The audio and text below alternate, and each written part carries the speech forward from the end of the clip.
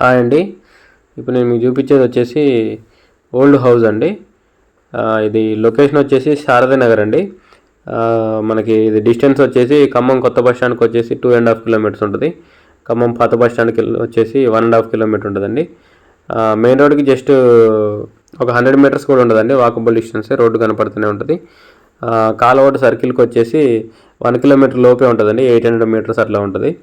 So ఇది old house అండి, 217 గజాలు.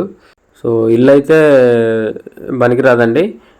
ప్రజెంట్ అయితే రెంట్లు 12-13 వేలు వస్తున్నాయండి. సో ఇది కార్నర్ ప్లాట్ అండి, నార్త్ ఈస్ట్ కార్నర్ వస్తుంది.